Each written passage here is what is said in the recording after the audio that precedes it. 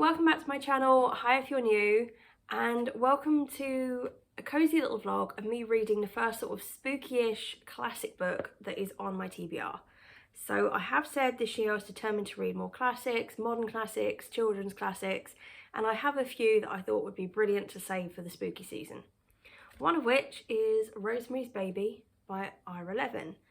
I don't know a lot about it, so I'm going to read what it says on the back. It says, Rosemary Woodhouse and her struggling actor husband Guy move into the Bramford, an old New York City apartment building with an ominous reputation and only elderly residents.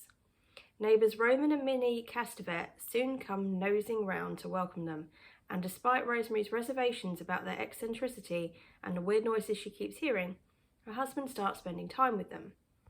Shortly after, Guy lands a plum Broadway role. Rosemary becomes pregnant and the Castevets start taking a special interest in her welfare. As the sickened Rosemary becomes increasingly isolated, she begins to suspect that the Castevet circle is not what it seems. It sounds a bit creepy, but that doesn't give a lot away. So I'm intrigued. A quote, it's got on the back, which is a Daily Telegraph quote. It says, "A terrifying book. I can think of no other way in which fear of unknown evil strikes with greater chill." It sounds like it should be really good. We shall see. It is only 229 pages, so easily readable, a cozy afternoon. So I'm going to dive on in and I will check in with you a little bit later. I've got my glass of squash ready. I've got my pick and mix. So I'm just going to dive on in and I'll catch up with you in a bit. So I'm ready to start reading. I've got Duke on my lap and I've just put a cartoon on for him to watch because he loves watching cartoons.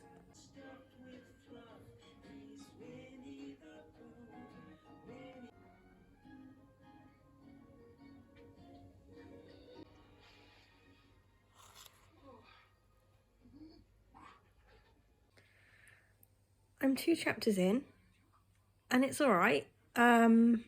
So they sussed out the new apartment, then they met a previous neighbour of Rosemary's who basically said, you don't want this apartment, it's got a really bad history, like, you know, witchcraft, cannibalism, dodgy accidents, but they had their heart set on it and they just moved in.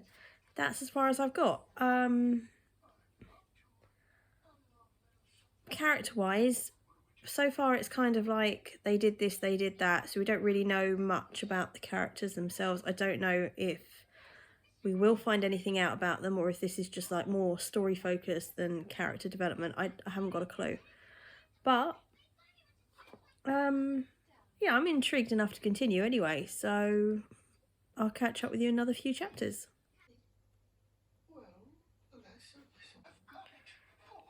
So I've been continuing and I mean, I'm not enjoying it particularly so far, but I mean, I'm just about to start chapter 5, so I'm not too far into it yet, so probably a bit early to make a judgment call like that. I know it was written in 1960s, so there are some racial comments and some sexuality comments, terms that were acceptable back then that should not have been, but you kind of come to expect them in books of the era, I suppose. So yeah, that's annoying.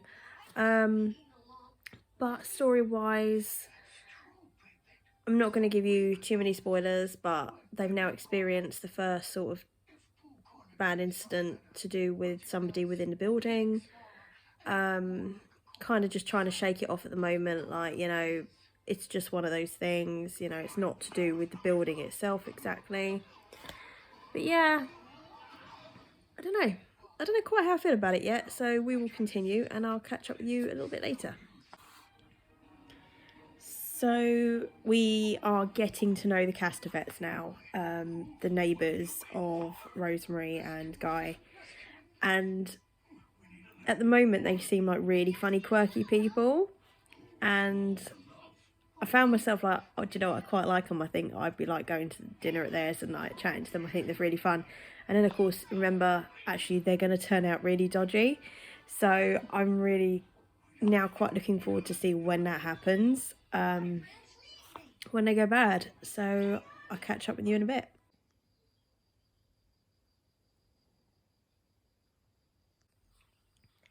So I'm about to start part 2. So I'm about halfway through the book now. I don't really know how I feel about it. I don't think it's a big spoiler to say, you know, given the title, she's just found out she's pregnant. Yeah, of course, and everyone's happy, and the neighbours next door, they're now appearing a bit creepy, which we knew was coming. And they're sorting out the doctor to take care of her and things. A spoiler, however, and do by all means skip ahead 30-40 seconds. I won't go on too long, but it's you know, that the husband raped her, and she's sort of just almost accepting of it, sort of like, well, we were both drinking that night, you know, and he's not a bad egg really, etc.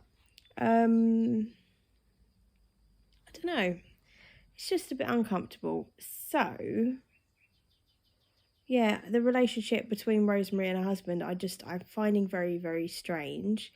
But of course, he's now connecting with the neighbours next door, so we kind of saw that coming based on what's written at the back.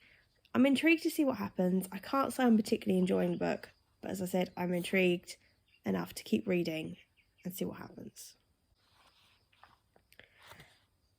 So I'm 2/3 into it now. And it's fine. It's fine. I'm liking now, and the thing is, I don't think it's going to end on a good note. I don't know the ending, but I have a feeling.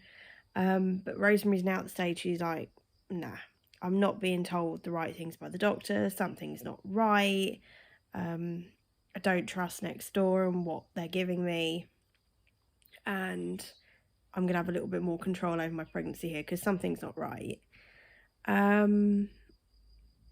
So she's getting a little bit of bite to her. She's been a little bit of a yes, no sir, I'll do whatever I'm told kind of character up to now. And now she's got a bit of bite. So, however, I wonder if it's too late. But we will see.